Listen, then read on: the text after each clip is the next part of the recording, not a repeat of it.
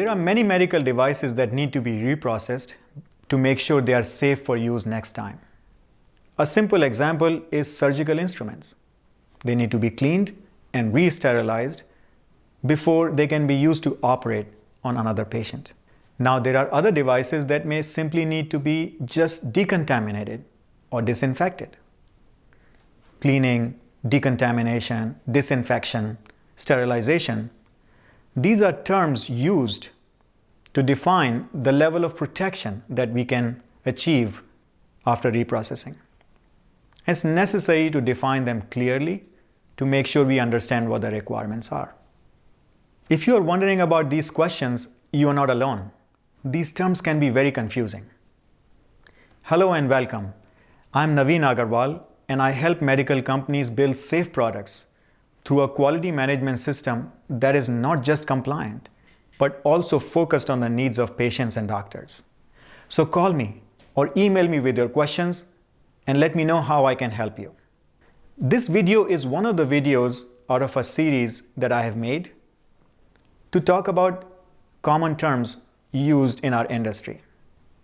And my intention here is to help you navigate through the jargon that is thrown around just like any other industry to make sense of these terms so you can properly implement them in your quality management system. So be sure to check them out on my channel. In this video, I'm focusing on the terms used for reprocessing of medical devices. Now, this has become a hot topic in the current coronavirus crisis because there is news where hospitals have to reuse these masks and they're supposed to be single-use and disposable. Some of them are overusing them, some of them are reusing them for multiple days, and that's clearly a very high risk activity. So given the current circumstances, I will review these terms for reprocessing of N95 respirators. And this is because recently FDA has authorized a decontamination system that can help us achieve a certain level of confidence about their degree of protection that they can offer to the healthcare staff. But keep in mind that this is not a typical use. It's only for emergency use that this kind of decontamination is being allowed by the FDA. So we'll review these terms in the context of decontamination of N95 respirators. This slide shows 4 main types of reprocessing methods. And as you can see from the right-hand side of the slide, starting from cleaning at the bottom and going to sterilization at the top. As we go up, the level of protection against disease-causing pathogens also increases. Cleaning is simply removing organic material or soil from objects. It is usually done with water and may or may not involve use of a detergent. It can be manual or it may use a washing machine. Note that the purpose is not to kill any microorganisms, but just to clean the object. Decontamination and disinfection are the next 2 levels. They are somewhat similar, but there is an important difference. Both can destroy microorganisms, but decontamination is less specific and may be used as a general term without a quantitative endpoint. One example is the use of vapor phase hydrogen peroxide in the decontamination system authorized by the FDA I just talked about. Even though it has been shown that this system kills bacteria and the most resistant bacterial spores, they have not really shown that by quantitative analysis for the new coronavirus. So there's an element of risk, and that is why they are calling it decontamination and not disinfection. Okay, so let us look at disinfection. It means that we are killing microorganisms using heat or chemicals such as hydrogen peroxide. It does not eliminate all types of germs, particularly the more resistant bacterial spores. There are 3 levels of disinfection: high, intermediate, and low, depending on the amount and types of microorganisms destroyed. Sterilization is at the top, which means complete elimination of all forms of life, particularly microorganisms. It can use heat, radiation, and chemicals.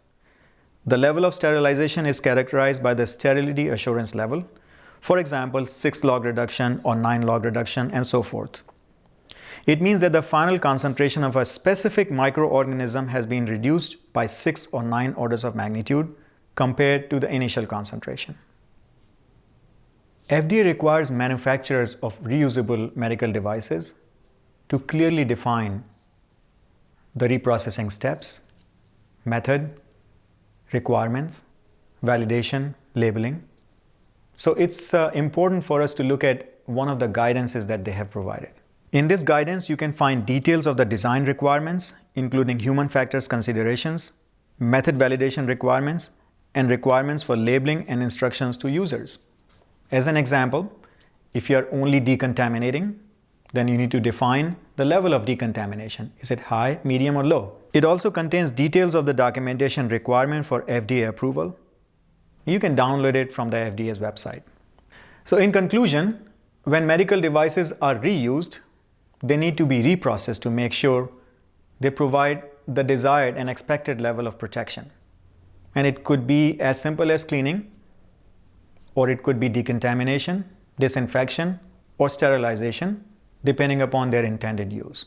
There's a different level of risk involved with these types of reprocessing steps, and they have to be validated to make sure that the performance requirements for each kind of disinfection, decontamination, sterilization, or cleaning are appropriately met.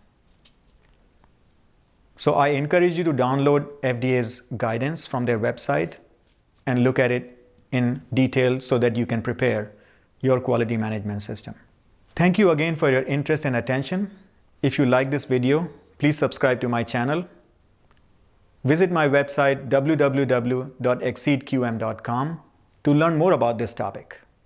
I have an article on my blog that goes into a lot more detail and offers more guidance.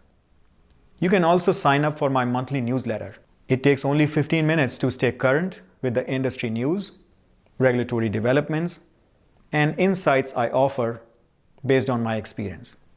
And it's absolutely free.